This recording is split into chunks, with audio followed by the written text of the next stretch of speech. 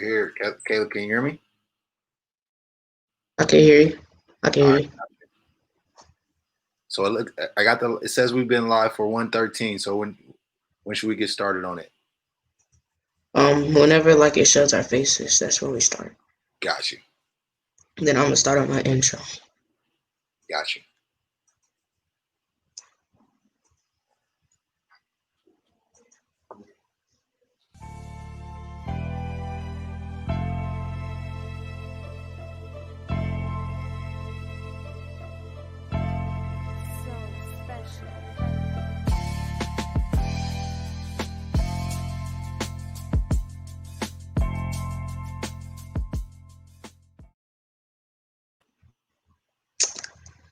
Hello. Today we are excited to welcome Mr. Jason Robinson, the CEO of an exciting gaming company called Playbook 5.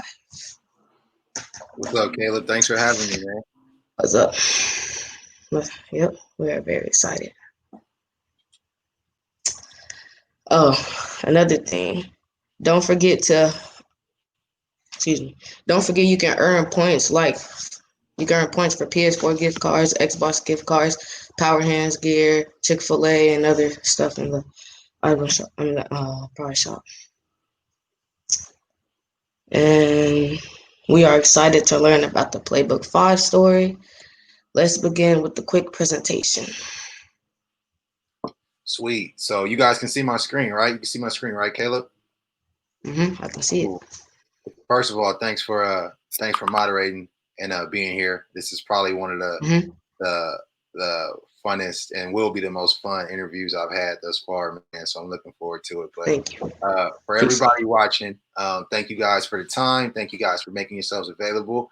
I know it's trying times we're all under right now with COVID, and kind of staying away from the field as well. But we're happy to hopefully help bridge that gap a little bit. So a little bit about myself. My name is Jason Robinson, and I'm a co-founder and CEO of Playbook 5. I started Playbook 5 about 4 years ago. And the whole goal of our platform is to help players of all ages learn the game at an accelerated rate using virtual reality. And you see right here, we have a couple guys, 2 pro athletes, Malcolm Smith, former Super Bowl MVP, and Nate Bahar of the Edmonton Eskimos up in the CFL. These are 2 athletes we've had the privilege to work with over the previous years, and looking to work with many more. So a little bit about there we go.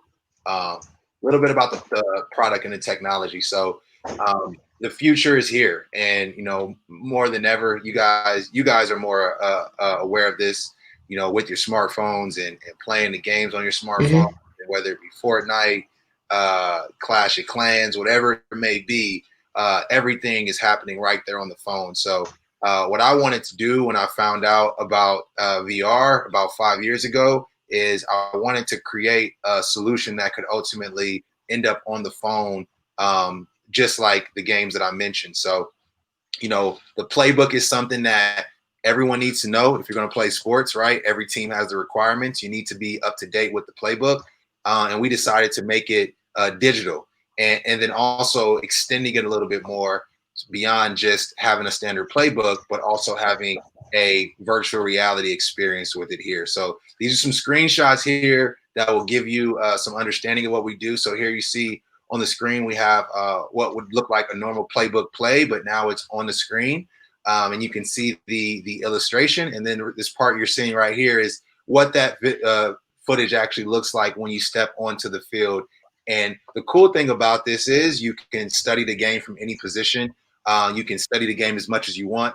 For a lot of guys and girls at a young age, not necessarily in practice, everyone doesn't always get the same amount of reps, right? Sometimes, some players might have more opportunities than other, depending on a lot of independent variables and factors. Well, with our product, you can now study as much as you want from your home.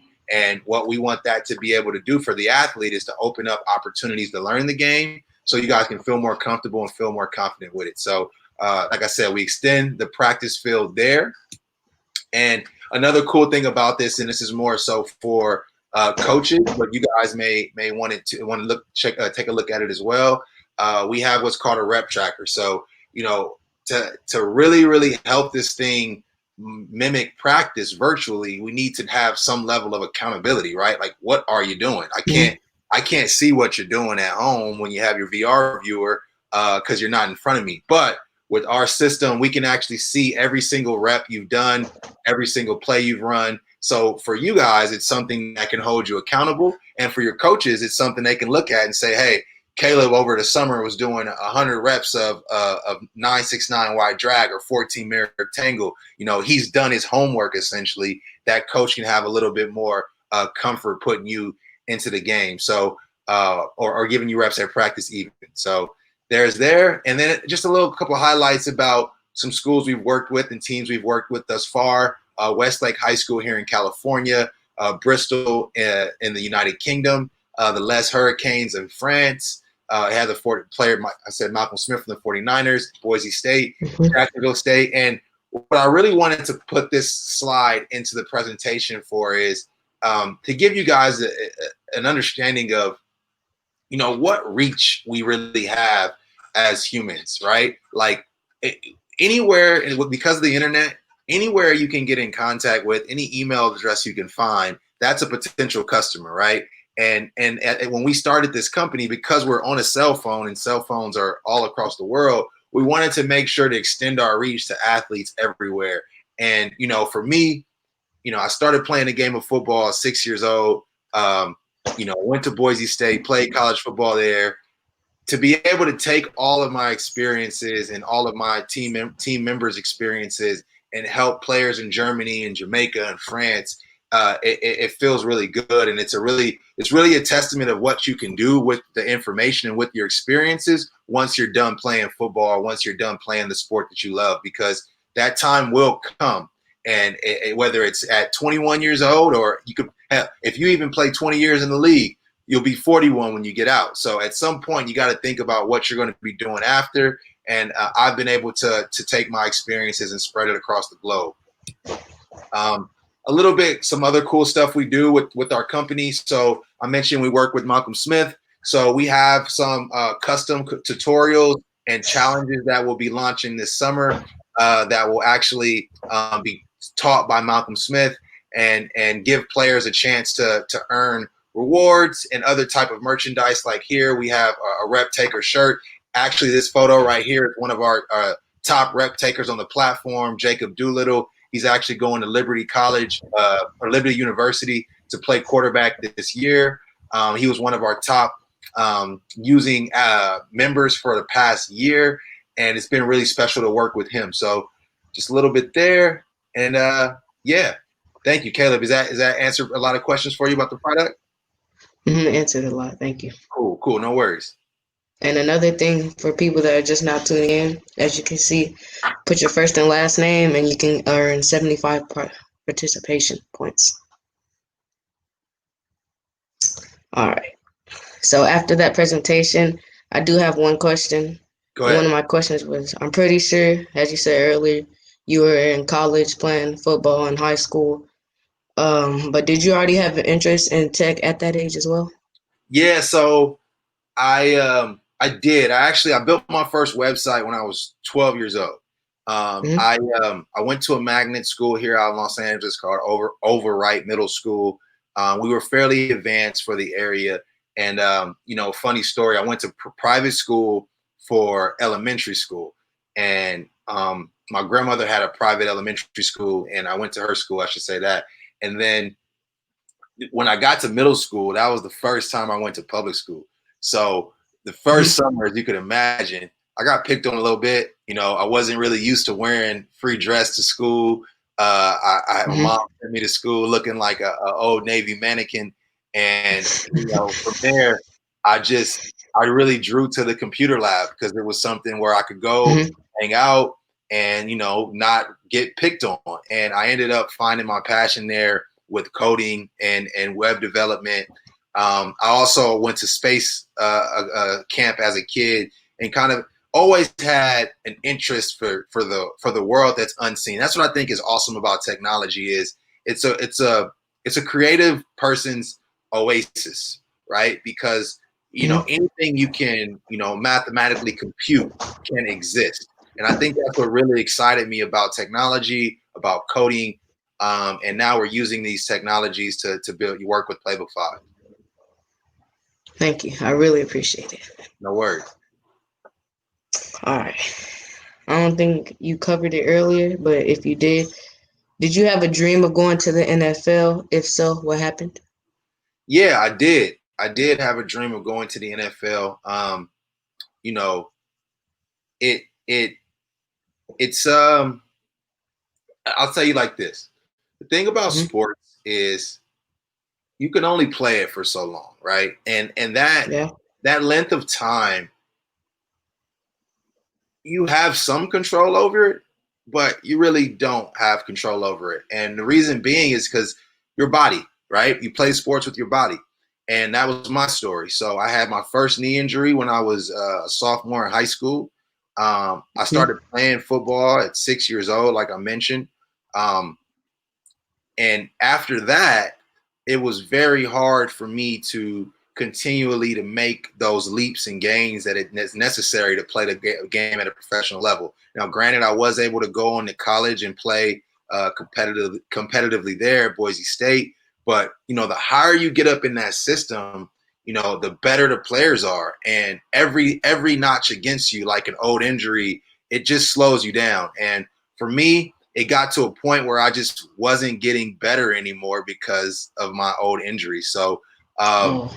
and I felt, thankfully, I have a great father and a great mentor. And he told me this when I was 14, 15 years old, that it wasn't going to last forever, that I needed to be thinking about other things. So mentally, I'd always kind of like, of course I wanted to, right? Like I'm working up every day and I'm trying to, but I was doing that with a certain level of rationale attached to it as well, where I knew and I understood that this thing could change at any point in time, and I needed to be Hmm. prepared to take the next step in my life because, football, even for me, wasn't so much about I love the game. We all love to play, but it was also about creating opportunity, right? Like creating opportunity for me to go to college, creating opportunity to have generational wealth and be able to take care of my family and create more job opportunities for them, be able to create more job opportunities within my community. So when I started to think about plan Bs, I was like, okay, well, let's figure out how we can still get those things done if football or sports was never around, right? But I always Hmm. wanted to also stay close to sport because I love it, and it's fun, and I speak the language, and I love to compete. But I would say around 15 years old, I started to think about, okay, what would life look like if I did not have a game to play anymore? Hmm. Thank you. I No really worries. understood that one. All right. I was gonna say before we get to the next question, is there any questions from the that y'all had to answer? I mean that y'all had to share.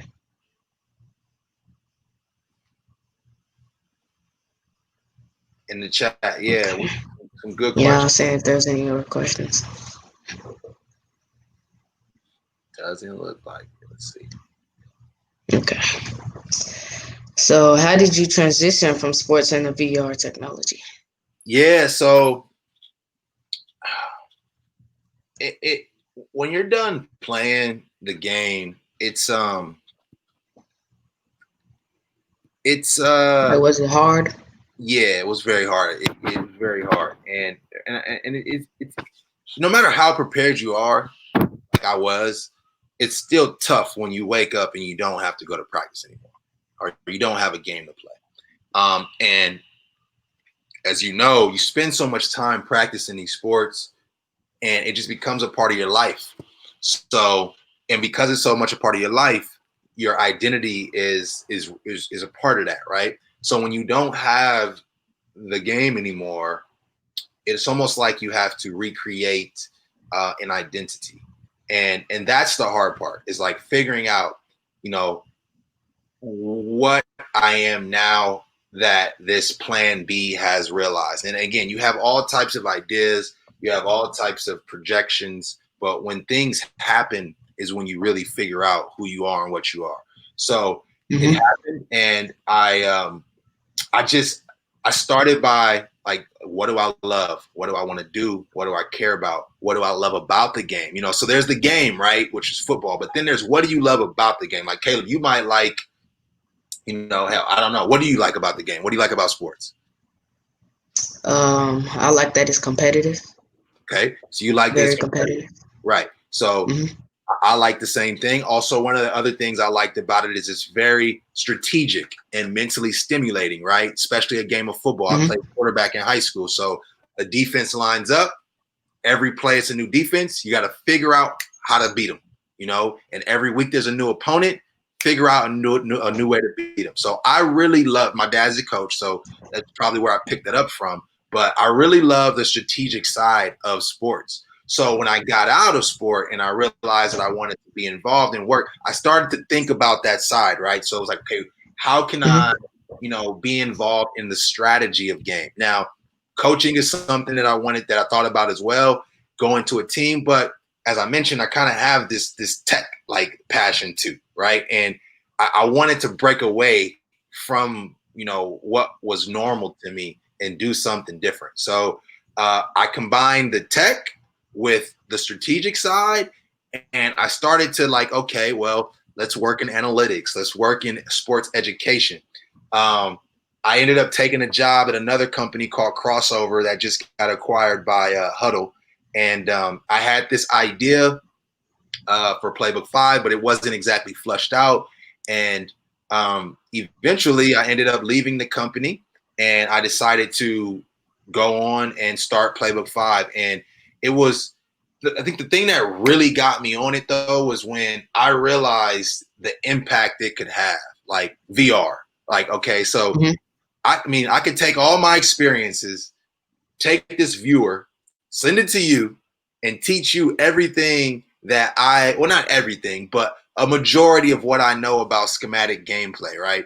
That's very Mm-hmm. empowering considering it took me a lot of time, a lot of injuries, a lot of money to get all that experience. Well, if I can give it to you at a fraction of the time, the cost, and the injuries, then how much better does that make Caleb's career, right? And then imagine there's 20 million other Calebs around the world that are looking for the same thing. So once I settled in on that, it was just like, man, this is a no-brainer. This is what you need to do.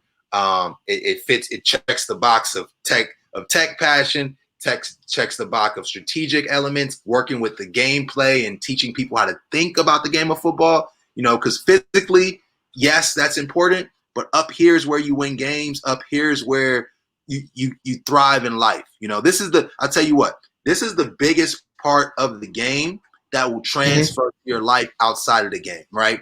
When you think about physical ability, never again when you leave after you're done playing sport will you be able to change someone's mind by being physical legally. You could do it and it's illegal, right? You can't just go around touching people. You can't just, hey, if I want you to go there, I'm going to move you there. You can't do that in the real world. That's something that is very specific to football and sport. When you get out and you become an adult and not even an adult, but a young professional even, and you're working outside of sport, you have to learn how to use your mind for impact, right? So you have to figure out how to help people see your perspective, how to explain your own perspective, how to, I won't say persuade people, but explain and educate and communicate mentally, right? Sports teaches you a lot about physical communication. I cross somebody over, I get by him, he's about, okay, yeah, but you can't just cross somebody over when you're in a corporate setting, right? You have to use your head. Mm-hmm. So I really wanted to focus on building a product and building a tool that was going to help prepare people for their life after sport as well by focusing on the mental side of the game. And again, once all of that came into the fold, it was like, man, like this is perfect. This is perfect. Oh, it looks like Okay. So one of the questions is virtual reality coding harder than other types of coding, or is it the same? it's a great question. I wouldn't say it's harder. So when you're talking about coding, it's all language based, right? So you Mm-hmm. have like C Sharp, you have HTML, you have JavaScript, you have .NET, you have Python, you have JSON, which is not named after me, but it will be, if it was, that'd be pretty cool. But you have Yeah. all these languages that you can use for any type of coding and computation. Um, Depending on where you're building your platform at, will determine where what type of language you need to learn. So for us, we use C Sharp because our development platform calls for C Sharp development.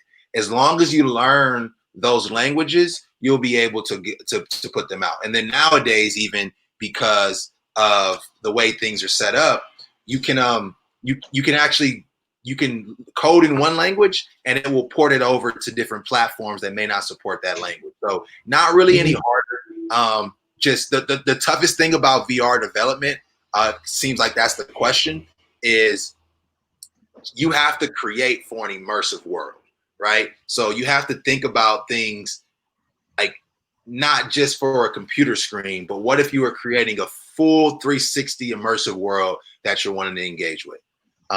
Looks like the Yeah. next question is you want to read it, Kayla? Oh, I'll read it. What is your favorite part of your job? Man, favorite part of my job is honestly this. And when I say this, I mean not doing interviews, but showing the product and presenting the product to young athletes around the world. It it's really hard to even put words to how much I enjoy it, because you guys are the future. You know, quite honest. Like, you guys are the future. You know, there will be a time one day in the future where I'll be old and gray, and I'll be depending on your generation to go out and to make the impact in society, and to be able to give young athletes a tool that improves their journey. That's the best part for me, man. And also because there were so many people that were instrumental in my own success, right? So I mentioned my dad was a coach. He was a very good coach, Mm-hmm. and that came with a lot of mentors. That came with a lot of former players. That came with a lot of people that were able to help me on my journey. So for me to be able to pay it forward, it feels good. It feels good. It feels good because I know that if for my people, the people that I've helped, I know, or sorry, that have helped me, I know if they knew about it, which they probably will, probably do, probably don't, it would make them feel good that their efforts and energies just didn't stop with me, but it went down to another generation of people as well. So that would probably be the best part. Another person says, how much is the sport tech industry worth? Yeah. So as of the last industry report to come out based on 2019, globally, the sports technology market is worth roughly about between 66 and 79 billion, depending on who you ask. Yeah, it's a lot of money. Billion with a B, not like that's billion with a B, like beyond the ball. Like that's a billion. Um, yeah, that's a lot of value. And look, that's a lot of that is our tools and things like we build. A lot of that value is driven by facilitation apps. If you think about like Team Snap, you think about Huddle, you think about league apps. A lot of the apps and technologies that people use to facilitate amateur and youth play is where a lot of that value comes from. Mm-hmm. What did you study in college to transition into a technical field? So Dimitri, another great question. I had um, a different experience with it. So I studied communication. I got my degree in communications at Boise State. Mm-hmm. I did not take the traditional route in the technology that most people do with studying computer science. I will say, I didn't know. I knew I wanted to be in business. I knew I wanted to be.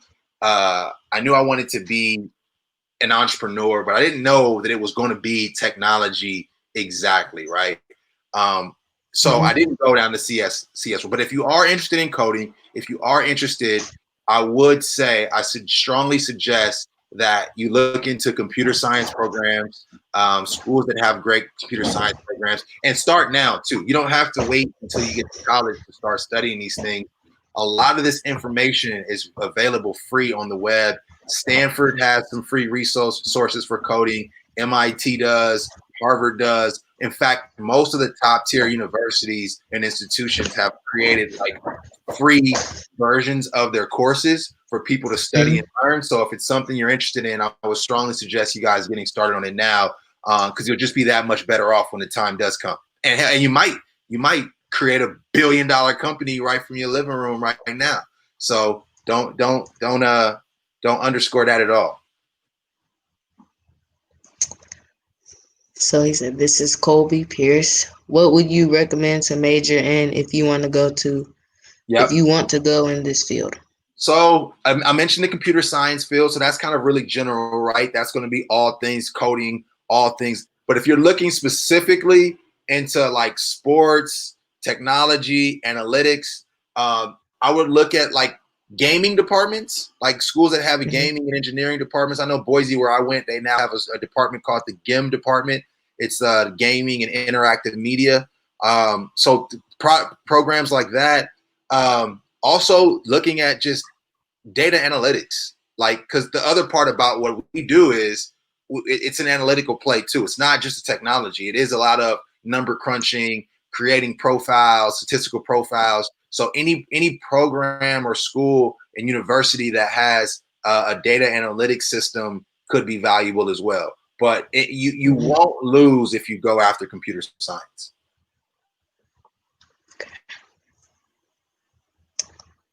How many professional players have tried your product?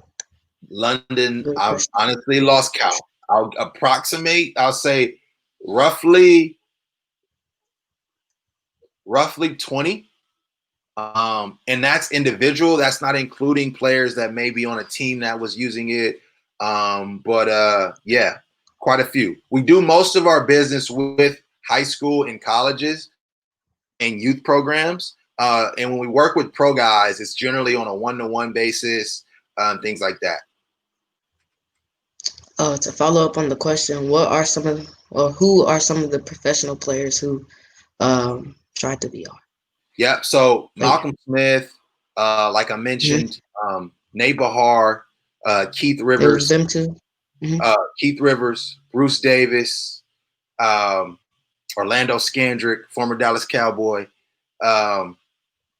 George Iloka, former Dallas Cowboy, Jamar Taylor, former he plays for Atlanta Falcons now, Fred Warner, currently on the San Francisco 49ers, Manuel Mosley, currently on the San Francisco 49ers, Charles Leno plays for the Chicago Bears.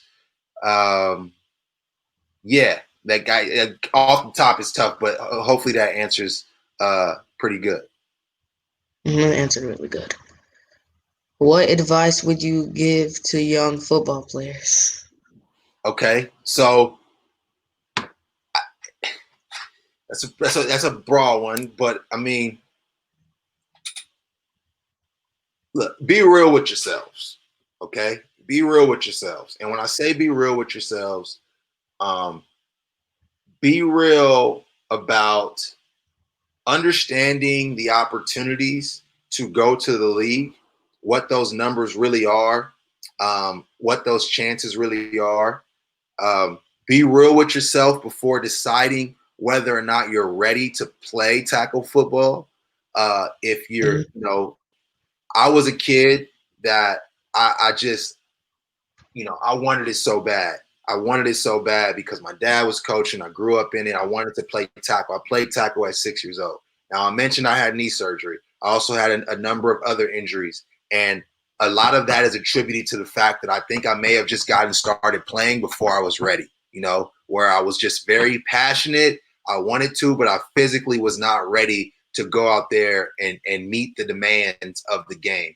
So be real with yourself. So that's that part. Now, once you've made it on and you've committed to it and you're doing it, look, there's a lot of people out there, okay?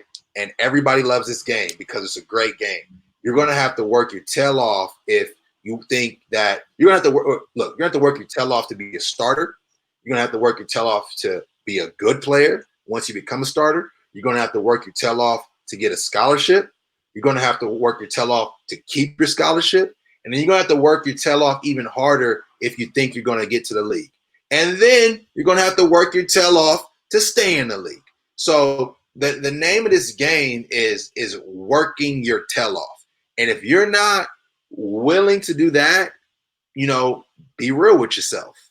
Be real with yourself. And that doesn't mean you can't enjoy the game, but the more real with yourself you are, the more you will enjoy the game because your expectations will be in order and you won't be, you won't feel like you're getting something out of it that or there's something that you're not getting out of it, rather that you're putting in.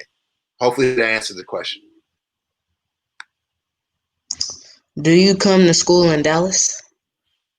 Do I come to schools in Dallas? So we work with we can, if you're interested in coming to school. So generally speaking, actually, we do a lot of our business in Texas. Brewer High School is a school we work with.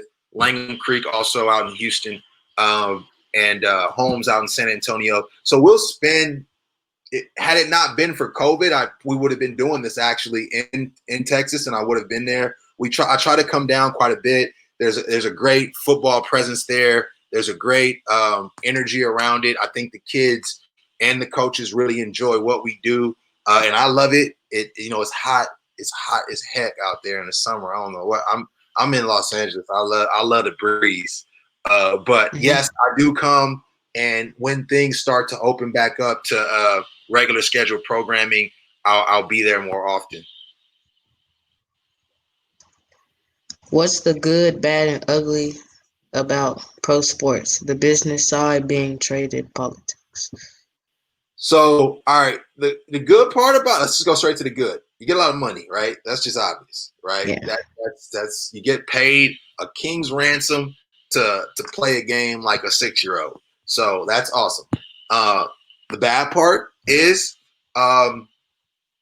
you have to use your body to do that. It's not like, and you feel it. I'm 31 years old now. I haven't played a game in 10 years, a sanctioned game with pads on at least. And I feel a lot of that every day I wake up, like there's a warm-up process I have to go through every day in order to get myself, going physically. So that's the bad part. The ugly part of it is, and I think we're seeing a lot of it now with so much racial tension going on in the world. The tough thing about professional sports is the system is very much so fundamentally designed after the military, and then 2, slavery, and how things worked in back in what they call the good old days. So a lot of the undertones in pro sports when it comes to whether or not athletes can speak up, whether or not athletes have rights, whether or not athletes have the right to peaceful protest, a lot of that is skewed in pro sports because the system is really designed in a world that we no longer live in. So, and that's changing. I would say, I think because of work like people like myself and some of my other counterparts, that will change. It will change quicker and more so, and exponentially rather, in the next coming years. And hopefully by time, you guys that are on this webinar and masterclass, once you guys start to get to your own opportunities in sport, because of the work that many people like I'm doing, Beyond the Ball is doing, and so many other people around the world are doing, because of that work, it will be a better system in place. But those are just the realities of it. And it's better. Look, with all this stuff in life, there's always good, bad, and ugly. I love that question because there's always going to be the good, bad, and the ugly. That's just life. The trick is to being aware of it all. So now you can navigate it better, right? Some things are just what they are. But if you go into it knowing, you're a lot better, making it out in one piece, if that makes sense. That makes sense. Thank you. Is there any more questions? Oh. Do basketball players use this tech, or is it only for football? It's a That great was a question, good question. Jalen. Next year we will be having this for basketball. Right now, the product is specifically set up and designed to work with football. As a sport I played, sport my dad coached. A lot of our early, users came from that. But as we've started to grow and develop and do more events like this, we are seeing an Mhm. increased demand for a basketball product as well as other sports. Soccer comes to mind, volleyball, lacrosse. Actually, you guys let me know too. I'll leave my email if we can get my email if you guys need it. Any feedback you guys have, anything you guys want to see, you think where this could be useful, we're open to all suggestions because look, we're going to be here for a long time. Our goal is for one day when you guys have kids, you guys are old enough to have kids, they'll be learning the game on this type of platform better. So any advice you guys have, whether we use it in the next 5 years or 10 years, it will be useful. Really useful. Thank you. Any more questions? These are good questions, by the way. Okay. I have a question myself. Okay, go ahead, Caleb. How did the experiences of winning and losing prepare you for success in the tech industry? How did one more time? Oh, how did the experiences of winning and losing prepare you for success in the tech industry? Yes, that's a great question. So when you're starting any new venture, whether it be a tech company or real estate company, whether you're going back to school, anything that is new and is challenging, Mhm. um, you're going to be you're going to run into adversities, right? That's just it. Sports really prepares you for that because, like I said earlier, every time you line up, you have an opponent. Now, an opponent Mhm. is essentially a form of adversity or a roadblock, right? Something that's in between you and your goal. So, what sports really does is it kind of conditions your mind to always have to break through something to get to what you want, right? So, and Mhm. that's the same way in business. It's because it's I'll tell you, like this week, right? There's packages that go missing. There's damaged goods. There's people that clients that say they want it, but then they don't want it. There's investors that don't. There's so many things that you have to go through in order to be successful in business. And really, if it had not been for sports, I don't know if I'd be able to do it because that's the only thing that keeps me like going. Is like I have this connection to a past where I was faced with opponents and adversity every single play, and I knew that in order to win, I just had to overcome it. So it's a great like sports is just that's one of the that's why I'm so passionate about what we do. Look, I like I said, everything has the good, bad, and the ugly. One bad and borderline ugly thing about sports is it can be painful. It can be, but it's so much good that comes from it as well. And the way it prepares you, the way it teaches you to communicate with other people. You know, the importance of teamwork, the importance of discipline, the importance of problem solving, and learning how to take a loss, and also learning how to take a win. Like that's a big part too. A lot of times in life, I might close a deal and you know I'm running around the house and I'm shouting, and I still live at home with my family and my parents. Are like, what the, what's going on? And they're like, man, you running around like you crazy? And I'm like, yeah, because we just won, and I celebrate every single win in business the same way I celebrate every single win or celebrated every single win in sport because Mhm. you have to count all your blessings. You have to celebrate the highs. Look, celebrate the highs because the lows are going to be there. So you might as well celebrate the highs. So I can't speak enough to the importance of football or sports in general and just teaching people how to learn how to be successful and unsuccessful. And that's one of the reasons why I'm so passionate about using our company and using our product to make it a safer place for athletes, because I feel like every citizen of the world, especially right now, could use some sports. Like, and when I say use some sports, I don't mean some entertainment. I mean teamwork, discipline, collaboration, strategy, all of that you get with sport is something that I think really, it adds up in a very well-rounded citizen when it's all said and done. Really understood that. Thank you. That's all the questions I have. Is there anything that I didn't go over that you need to cover? Not off the top, man. I think we covered it all between your questions and the field, man. I want to say thank you to Beyond the Ball and Erica and you and Omni and everybody that's helped put this deal together. The production staff, you guys, this is amazing setup as well. And to everybody watching, and for anybody that may see this, Father's Day just passed, and like I mentioned, my dad played college football as well, and he played at Grambling State University. And if you guys don't know about Grambling State University's football program, at one time it was one of the most respected programs in the world, really, and led by a great leader by the name of Eddie Robinson, who is one of the all-time winningest coaches in college football history. My dad played for him, and I've had when I was younger, he's now passed on, but when he was alive and I was younger, I had the privilege to study him, be around him, engage with him, and learn from him. And every year my dad will go down there and he'd like, tell my son something, like, give him a nugget, give him a gem. And well, we call it gems now, but they call it nuggets. And he would just say very simple, never give up, period.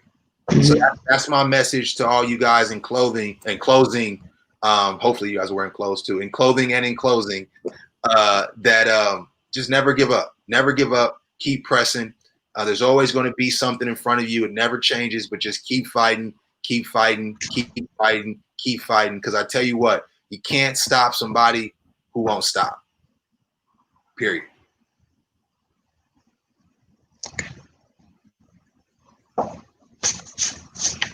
Is that it? Is there anything else? No, I'm good. Okay. Any more questions either before we close out? Was it hard to start your company? So there's two parts that I think about when you're starting a company. There's the actual, the act of starting an entity, which is relatively easy as long as you have the money. You just kind of pay a lawyer, go on LegalZoom and get an LLC. Now that's just a company. But when it comes to everything that you see with Playbook 5, the product, the service, what the company does, what the company offers, yes, it was hard. I'll raise you one and say it is hard, and it will continually to be hard. But I think what you'll find out though, and I'm not sure the reason behind the question. Anything worth having is difficult or hard. Anything easy, you don't really want. In fact, I'll give you one better. If it's easy, I'd run from it. Like really, and I'm telling you guys that anything that comes too easy, just be a little bit be speculative a little bit, because most things that are worth having in life are hard, including having your own business. And then there's, like I said about being in the league and getting to the league, there's getting in the league and then there's staying in the league, right? Mm-hmm. So anybody can go pay a lawyer, $2,500 and get a LLC set up, but can you got to pay taxes every year, $800 minimum. So can you create $800 of work? Well, not even $800. You're going to need at least 2.5 times that to think yourself profitable. So you think $3,000. Can you make $3,000 every year? That's where. So it's easy it's easy in one sense to just set it up, or easier, and then it's more difficult to keep it and sustain it over time. But yes, very hard. And like I said, most things in life that are worth having are going to be hard. Mm-hmm.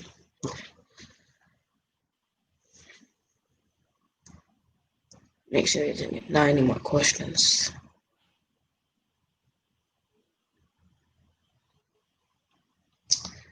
How many of your former teammates transitioned from football successfully, and how many have struggled? Thankfully, actually, I haven't had too many struggling situations. A lot of the guys I played with, very like-minded. We grew up in the same cohort, and that's one thing I'll get you guys to think. Like, you're going to be the people you spend the most time with, or the people you're going to mirror the most, right? So the guys that I was close with, a lot of them are like-minded, like me, or else I wouldn't think like this, probably because I would have been weighed down by something else. So thankfully, not too bad, but throughout the entire like ecosystem in sport, I do know quite a bit of guys. I'm not sure percentage-wise that have ended up, in bad shape. Most of the times when they've gotten there, just off bad decision makings and not having the right circles, and then also like having idle time. Like, never have idle time. Like, idle time, my mom used to always tell me, the idle time is a devil's workshop. And when you don't have something to do and something to apply yourself towards, that's when the devil or the enemy kind of comes in and tries to disrupt you and get you to do things that you shouldn't be doing. So the best way to defeat that is to stay busy. Stay busy. Don't let yourself. So a lot of those guys I mentioned, they just stopped. Once football was done, they just kind of like sat around and waited for something to come land on their shoulder. No, find something to do. Right now, even I'm in school right now. I'm taking business classes through Harvard Business School. And the only reason why I'm doing that is because I had more time because of COVID. So I don't want to be sitting around waiting on things to happen. You want to always stay on the offensive and find things to apply yourself to. And I tell you, if you think you can't find something, keep looking, because there is more than enough problems in this world that need solving, from food insecurity to the water crisis to the criminal justice reform. There's a lot of things out there to apply yourself towards if you're looking for something to do. So my best advice to avoid kind of those negative outcomes is to stay busy and stay attached to something. Mm-hmm. Thank you for the response. Really good response. Any more questions?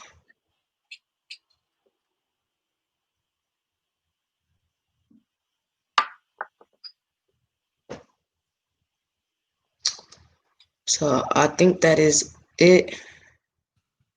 Then I'll give it a minute. See if there's any more questions.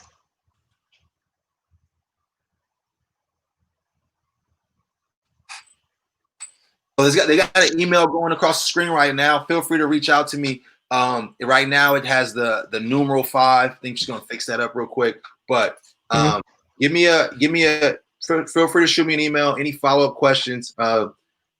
Athletes, parents, anyone. Also check out the website if you can. Playbook 5. There we go. Check out the website as well, playbook5.com. We're on Instagram at Playbook5, Twitter at Playbook5.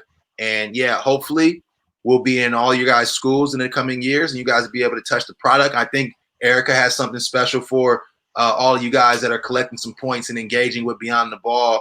So stay tuned for that. And yeah, I'm looking forward to engaging with you guys further. Okay. So I think we're going to close out here. Thank you, Mr. Robinson, for taking time out of your day to talk, to speak with us, and I really appreciate it. Caleb, I can't wait till you get your own podcast one day, man. I can see it. You got that lean in, you got the headphones. I could already see it. Thank you. Oh yeah, and whoever's watching, make sure you go down to the website and do all the activities, and stay tuned for 10 a.m. tomorrow for the next skills trainer. And that's it for today. We'll see you guys later.